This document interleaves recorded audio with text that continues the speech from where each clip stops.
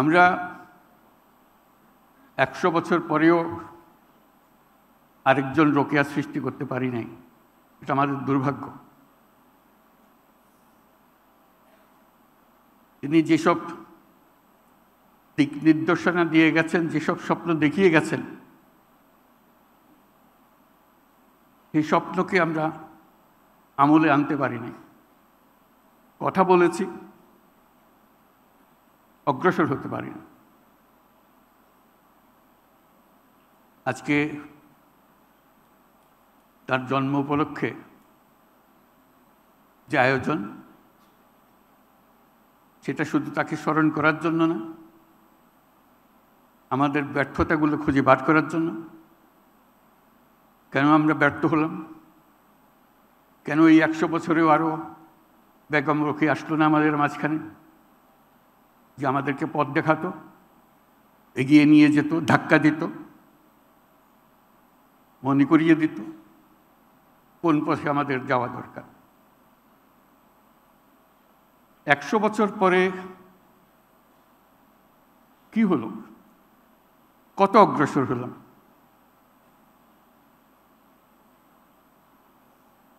উনিশশো 1974 সনে বিরাট দুর্ভিক্ষ হলো, পথে পথে মানুষ মারা গেল। আমরা নির্বাক তাকিয়ে দেখলাম, কিছুই করলাম না। তাদের মধ্যে বহু মহিলার মৃতদেহ, তার সন্তানের মৃতদেহ,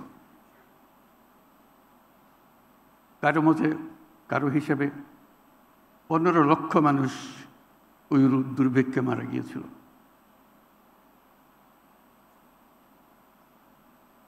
আমরা চিলমারির কথা শুনি, আমরা মঙ্গার কথা শুনি, শুনে পত্রিকার সংবাদের মতো একবার পরে এগিয়ে যাই। কি হলো তাদের, যারা প্রতি বছর মঙ্গার শিকার হয়, অনাহারে থাকে? তার জন্য আমাদের করণীয় কি? আমরা হিসাব করিনি। এই যে দুর্ভিক্ষ হলো, এর ফলে আমরা কে কি প্রতিকার চাইলাম, সেটাও আমরা একত্র করে দেখিনি। তার ধাক্কা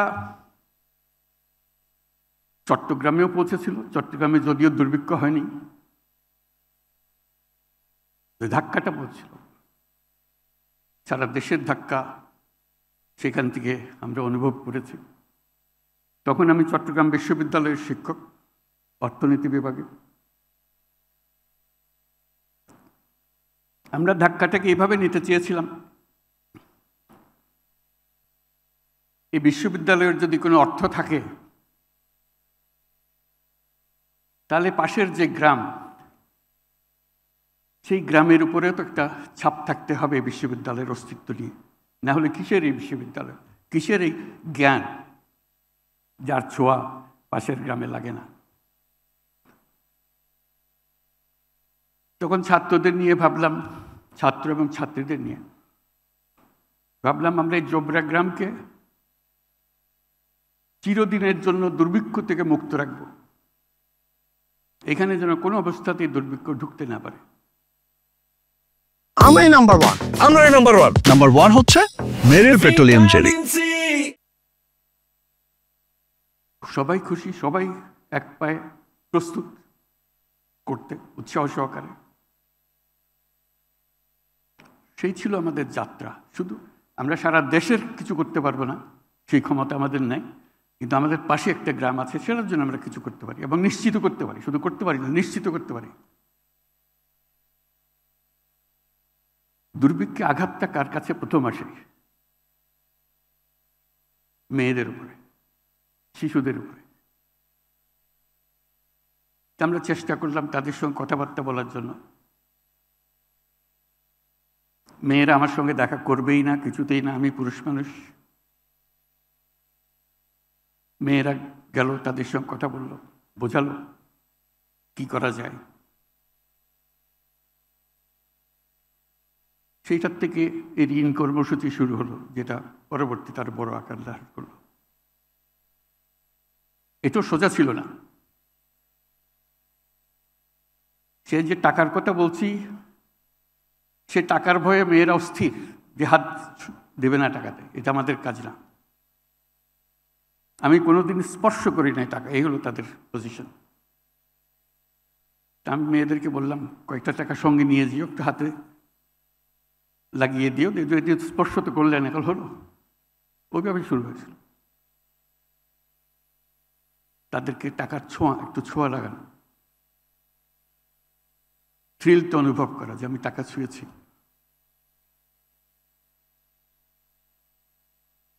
টাকা দিতে হলে একটা নামটা লিখতে হয়, নাম তো আর খুঁজে পাওয়া যায় না, কারো নাম নাই। এটা হলো মহিলাদের কপাল। সেই শৈশবে কারো মেয়ে, অমুকের মেয়ে, বিয়ে হলে অমুকের বউ, সে জানে না তার নাম কি। কোনো রকমে তার থেকে আমরা নাম্বার করতে পারি না, জানে না সে। বল সবাই তো চেনে আমাকে, অমুকের মা। সেই গেল এক অধ্যায়, নাম ঠিক করা। আমাদেরকে ঠিক করে দিতে হলো এক একজনের নাম, আপনার নাম ওই, আপনার নাম এই। তাতে আমাদের কাগজপত্র তৈরি করার জন্য, আর কিছুর জন্য না। মানুষ সমাজের একটা অংশকে কিভাবে নিজের থেকে বিচ্যুত করে ফেলে, তার নমুনা। তার কোনো সত্তা নাই, she doesn't exist।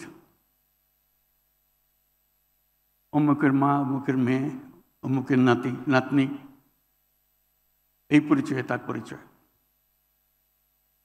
নাম তো দিলাম, বললাম না নামটা লিখতে শিখতে হবে।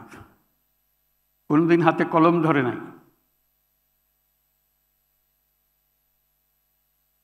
তাদের হাতে একটা কাঠি ধরিয়ে দেওয়া হলো, কাগজ নাই, দুলার উপরে, মাটির দুলার উপরে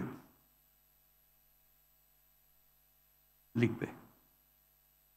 ওই নাম লিখতে না পারলে আমরা বললাম যে তোমরা আমাদের কর্মসূচিতে নেব না। এটা বিরাট চ্যালেঞ্জ। সে ঢুকবে, এই নাম লেখাটাকে শিখতেই হবে। দিন রাত পরিশ্রম করছে, টক টক করে চোখের পানি পড়ছে, এবং সেই নাম লেখা সে শিখল। সগৌরবে এসে পরীক্ষা দিল, নাম লেখা দেখাইল, সবাই মিলে হাততালি দিল, সে সোজা হয়ে দাঁড়ালো, সে তার নাম লিখতে পারে। তার নবজন্ম হলো।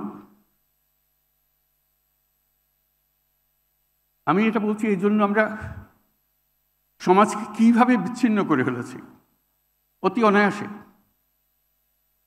তার সত্তা, তার অস্তিত্ব অস্বীকার করে।